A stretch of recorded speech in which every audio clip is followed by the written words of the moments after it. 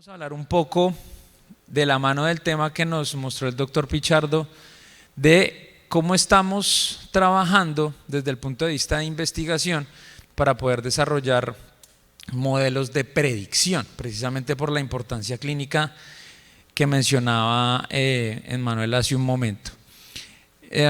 No tengo conflictos de interés, pero sí quiero agradecer públicamente al doctor John Frey Castañeda, quien es uno de mis grandes amigos y colegas. Él es cirujano de mano, pero pues también es especialista en epidemiología y es magíster en bioestadística, y con él es que hemos podido desarrollar una línea de investigación que nos permite desarrollar este tipo de cosas. ¿Por qué queremos predecir? ¿Qué es un modelo de predicción? Entonces, es una forma de aproximarnos a la realidad, ¿cierto? Es una aproximación donde, usando unas técnicas relativamente complejas para nuestra mente de médicos, y por qué no decirlo de ortopedistas y ortopedistas de niños, pues no estamos familiarizados con este tipo de fórmulas y este tipo de modelos bioestadísticos, que son matemáticas que se nos escapan de nuestra realidad, ¿cierto? Pero estas nos permiten aprender cosas, sobre todo de comportamientos de datos, con base en lo que otros han descrito, con base en lo que hemos acumulado de experiencia, y esto lo que nos permite es tomar conceptos de otras disciplinas. Por ejemplo, todos hemos oído hablar y usamos mucho, por ejemplo, el pronóstico del tiempo, ¿sí? El pronóstico de tiempo, entre otras cosas, es basado en modelos matemáticos similares a este, donde con base en datos históricos se pueden aproximar a una realidad. Esto dependiendo de la localización geográfica y de la realidad del ambiental donde se esté intentando hacer el pronóstico, pues es más acertado en unas oportunidades que otras. Pero en nuestro medio lo que queremos es que podamos hacer una interpretación clínica en torno a esos datos. Entonces, ¿por qué queremos hacerlo? Lo principal, creo yo, es prevenir problemas, ¿cierto?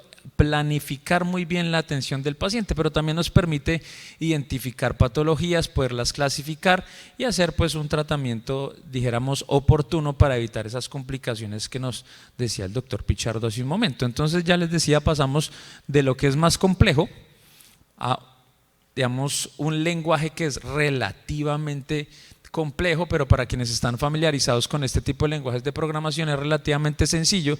Son códigos de programación que ya están presentes en unos softwares, en unas aplicaciones de datos estadísticos que nos permiten pues desarrollar modelos relativamente sencillos que tienen una aplicación clínica. En este tema me parece que es muy importante, sobre todo para el médico de primer contacto, aquel médico general, aquel pediatra que recibe al niño en un primer momento, pero pues también es una herramienta muy importante para nosotros los cirujanos, y se basa en la validación diagnóstica, en el estudio de ese rendimiento diagnóstico que gira en torno a la sensibilidad y la especificidad de una prueba diagnóstica.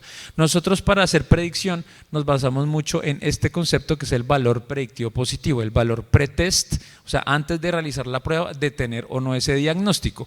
¿Y qué no es predecir? Son estudios, por ejemplo, metodologías que nos ayudan a evaluar, por ejemplo, el riesgo, que el riesgo se basa en una proporción, o la otra opción que vemos mucho en los estudios son los odds, ¿no? Los momios, esas posibilidades que se diferencian un poco de ese riesgo. Para esto, poder desarrollar escalas de clasificación, y hay muchos ejemplos que son muy relevantes y muy conocidos. Todos conocemos los famosos criterios de Coher. Ya no me pude devolver. Los criterios de Coher son tal vez los más usados en la práctica clínica, gracias. Ustedes recordarán que en 1999 el doctor Coher y su grupo en el Children's de Boston lo que hace es desarrollar una metodología que nos enseña que a medida que tenemos más variables que están acá, la fiebre, la cojera, la velocidad de sedimentación glomerular más de 40, la leucocitosis de más de 12.000, mientras más variables de esas tengamos, hay más valor predictivo positivo, más probabilidad de tener artritis séptica de cadera y no de sinovitis transitoria, que dicho sea de paso no hay otra que no sea la de la cadera. Ahora bien, Coher y su mismo grupo vuelven y validan en sus propios pacientes unos años más adelante y tiene un comportamiento, aunque no es igual, no es exactamente igual el valor predictivo positivo, sí es un comportamiento muy parecido. Pero también hay otros estudios que han usado esa misma metodología, el estudio de Luhmann, que tal vez tiene estas mismas variables, pero además incluye una muy interesante que es el retraso en el diagnóstico. La modificación de la doctora Kert, que también es del grupo de Kocher, pero que añade la PCR, porque en estos años todavía no estaba tan extendido el uso de la PCR para el diagnóstico de infecciones musculoesqueléticas. Kocher más adelante y su grupo en el Hospital de Niños de Boston desarrolló también un protocolo para poder predecir cuándo hay una osteomielitis por Staphylococcus aureus meticilino resistente. El doctor Schroeder en Phoenix intenta validar esto, encuentra que no funciona siempre en las mismas poblaciones y tal vez este es uno de los más relevantes desde mi humilde punto de vista, es el protocolo del doctor Rosenfeld, donde intenta predecir cuándo los pacientes pueden tener una infección concomitante. Eso es que nos hablaba Emanuel de los pacientes que tienen osteomielitis y a su vez artritis séptica adyacente a esa metáfisis. Bien, ¿cómo empezamos a desarrollar esto en nuestra línea de investigación? El doctor Castañeda empieza a hacer un estudio, sobre todo este que es el primero de casos y controles, donde empezamos a encontrar riesgos atribuibles a unas determinadas variables. Entonces, por ejemplo, encontramos cosas interesantes en nuestro hospital, como la edad mayor de 10 años. Casi en todos los libros encontramos que hay que correrles a los recién nacidos o a los menores de 2 años. Pues bien, aquí el doctor Castañeda encontraba que hay que correrle mucho más a los pacientes mayores de 10 años y eso lo veíamos en nuestro hospital. Los adolescentes se ponen muy enfermos después del tratamiento quirúrgico. Además, tener la infección por Staphylococcus aureus meticilino resistente y que esa infección sea una artritis séptica, por ejemplo. Entonces, aquí tenemos ese resumen de esos criterios de osteomielitis, también desarrollados por el grupo del Dr. Kocher, para intentar predecir cuándo tienen infección por Staphylococcus aureus meticilino resistente. Eso es importante porque cambia el antibiótico empírico que usted use. Cuando usted sospecha un Staphylococcus aureus meticilino sensible, muy probablemente una cefalosporina de primera generación o una penicilina antiestafilocócica es una buena idea, pero cuando usted tiene un Staphylococcus aureus meticilino resistente, eso no le va a funcionar. Por eso es tan importante intentar tener esa predicción. Entonces encontraron estas variables que les decía que a medida que aumenta ese número de variables, el valor predictivo es mayor. Pero el doctor Schroeder en Phoenix, también en un hospital de niños, encuentra que ese valor predictivo positivo no se comporta igual, cosa que confirmamos nosotros en nuestro hospital. No teníamos un buen valor predictivo positivo para esas variables, pero deberíamos encontrarlas de nosotros. Y sí, lo hicimos. Empezamos a buscar y encontramos, ¿me puedes devolver una? Qué pena, gracias. Con una metodología muy similar a la que usa el grupo del Dr. Kocher, encontramos ORs, porque estos son estudios retrospectivos de cuáles son las principales variables que tienen una carga en la infección. Y mire, aquí quiero llamar la atención sobre el hematocrito, porque estamos acostumbrados en el estudio del paciente a solo evaluar la línea blanca, pero miren que la línea roja también se altera. El hematocrito disminuye en un niño que está infectado, bueno, una niña que está infectada, pero que no está sangrando por ninguna parte. Todavía estamos intentando entender cuál es el mecanismo por el cual se altera la línea roja, pero se altera. El hematocrito bajo es un marcador de complicación. La temperatura, los leucocitos, bueno, todas estas, entonces hacemos unas áreas bajo la curva para evaluar ese rendimiento diagnóstico y con base en eso hacemos tanto análisis individuales, fíjense por ejemplo acá, cómo se comporta de manera muy interesante el hematocrito, los leucocitos, pero también la PCR y la temperatura, que tienen unos valores predictivos positivos relativamente altos con una muy buena sensibilidad y especificidad.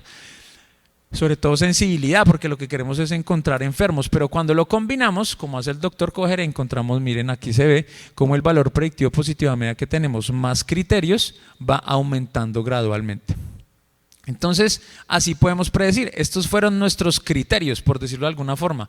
No solo de osteomielitis, cualquier infección. Entonces, mientras tenemos más de estas variables, miren los glóbulos blancos aumentados, el hematocrito por debajo de 34, una PCR aumentada, la temperatura no es tan importante en cuanto a la cifra porque recuerden que esto no es para diagnóstico de la infección como si para predicción del germen sin tener un cultivo que se puede demorar 2-3 días. Entonces, a medida que tenemos más criterios, más valor predictivo positivo hay de tener una infección por estafilococo aureus meticilino resistente y no uno sensible, y eso cambia inmediatamente con un cálculo relativamente sencillo cuál es su antibiótico empírico. Lo mismo hicimos para infecciones musculoesqueléticas en extremidades inferiores, algo así como nuestros propios criterios de Kocher, y encontramos casi lo mismo: limitación funcional, una BCG mayor de 27, glóbulos blancos de más de 9600, el recuento de neutrófilos también diferenciadamente nos ayudaba, el hematocrito de abajo de 38, la PCR, y como vemos, como a medida que tenemos más criterios, mayor valor predictivo positivo. O sea que estos modelos sí pueden responder a esa necesidad clínica. Este está recién salido del horno, este lo hicimos hace un par de semanas y encontramos como a medida que tenemos más de estas variables, ¿sí? La limitación funcional, pacientes mayores de 9 años, que el diagnóstico inicial sea una osteomielitis, los glóbulos blancos, la BCG, la PCR, a medida que tenemos más valor predictivo positivo para tener infecciones de más de un foco, sea infección concomitante, o sea artritis séptica y una metáfisis adyacente, o una osteomielitis multifocal. Entonces, estos modelos tienen esa utilidad clínica. Esta es una de mis favoritas porque lo llamamos el INFEST, que es un riesgo, un estimador de riesgo de complicación. Entonces, ya hablábamos de unos modelos bioestadísticos muy complejos, sacan estos estimadores de cada una de estas variables que tiene mayor peso en la infección, y eso lo convierte en una fórmula que es relativamente larga, parece compleja, pero esto es pura aritmética, esto no tiene nada de complicado, tanto para el ingreso del paciente como para el control más adelante. Entonces nos permite, a través de esta aplicación muy sencilla, que si nos da el tiempo podríamos intentar utilizar, a través de este código QR, si quieren tómenle una foto, les ruego el favor, más adelante podríamos hacer un ejercicio al respecto. Aquí ustedes además lo pueden tener de una vez en sus celulares. En ese código QR ustedes van a poder evaluar ese riesgo en los pacientes que ustedes tienen en su hospital. ¿Cómo lo analizan? Voy a pasar a la siguiente, en donde ustedes incluyen, ¿te puedes devolver nuevamente, perdón? Un par de diapositivas, gracias, no me funciona para devolverme, donde ustedes ponen unas variables muy sencillas que son los glóbulos blancos, la temperatura del paciente. ¿Te puedes devolver un par de diapositivas? Perdón que esta no me... Esa, perfecto. Entonces ponen la temperatura, el hematocrito, los leucocitos, la PCR y el número de plaquetas, y aquí abajo esa aplicación les va a decir en porcentaje cuál es el riesgo de que ese paciente se vaya a complicar. O sea, es el riesgo, la predicción del riesgo, y ¿cómo clasificamos ese riesgo? Si el riesgo es muy alto, ese paciente debería tener una cama lista en la unidad de cuidado intensivo, porque si la probabilidad es mayor del 70%, pues debería tener por lo menos conocimiento de la unidad de cuidado crítico que va a llegar ese paciente. Si el riesgo es bajo, pues no es que estemos completamente tranquilos, sino que tenemos que reclasificar ese paciente constantemente para poder determinar que no va a entrar en ese grupo de riesgo alto. Perfecto. Entonces aquí hay un ejercicio de eso, ustedes se pueden dar cuenta como con estos datos hipotéticos el paciente tendría un riesgo del 62%, que lo clasificamos como un riesgo alto. Entonces ese paciente es el que debemos informarle a la unidad de cuidado crítico que puede que necesitemos de su evaluación y ese tratamiento multidisciplinario tan importante que ya hemos mencionado varias veces. Claro, estos son datos, digamos, relativamente preocupantes. Miren esa PCR de 104, que aunque no es lo habitual, tenemos pacientes con PCRs hasta de 300, 400, cuando el compromiso es muy importante. El hematocrito bajito, por ejemplo, también es un marcador de complicación, como les decía hace un momento. Entonces, ¿para qué vamos? Necesitamos es que una vez desarrollados estos modelos, nuestros resultados sean revisados por pares expertos en el tema, que estamos en ese proceso, para poder tener esto en publicaciones indexadas. ¿Para qué es tan importante la publicación? Para que, por ejemplo, ustedes acá, una vez nosotros logremos publicarlo, ponerlo en conocimiento un poco más formal ante la comunidad científica, ustedes puedan aplicar esos modelos a sus pacientes y evaluar si, a pesar de esa diferencia geográfica, estos mismos modelos funcionan también para sus pacientes, que hacen unos resultados extrapolables. Con esas validaciones independientes le damos más peso clínico y más valor estadístico a nuestros hallazgos. Hay otros tipos de modelos de predicción para un montón de cosas. Pongo el ejemplo de la displasia de cadera, que también podríamos evaluar, predecir cómo se va osificando esa plantilla cartilaginosa, que es lo que está alterado, por ejemplo, en la displasia acetabular residual. Bueno, hay un montón de posibilidades. Y obviamente evaluar el impacto en términos de economía, en términos de diagnóstico temprano y evitar complicaciones y carga para los sistemas de salud. Entonces, podemos hacer una aproximación clínica además de analizar, y eso se usa con matemática estadística. Por eso necesitamos conocer más de este tipo de modelos. ¿Para qué? Para identificar rápidamente estos pacientes que tengan un tratamiento oportuno, menos morbilidad, menos mortalidad, como nos decía el doctor Pichardo.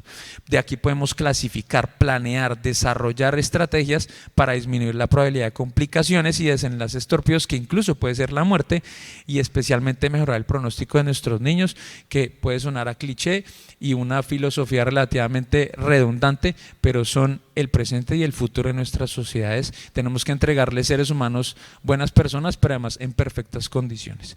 Les agradezco muchísimo por su atención.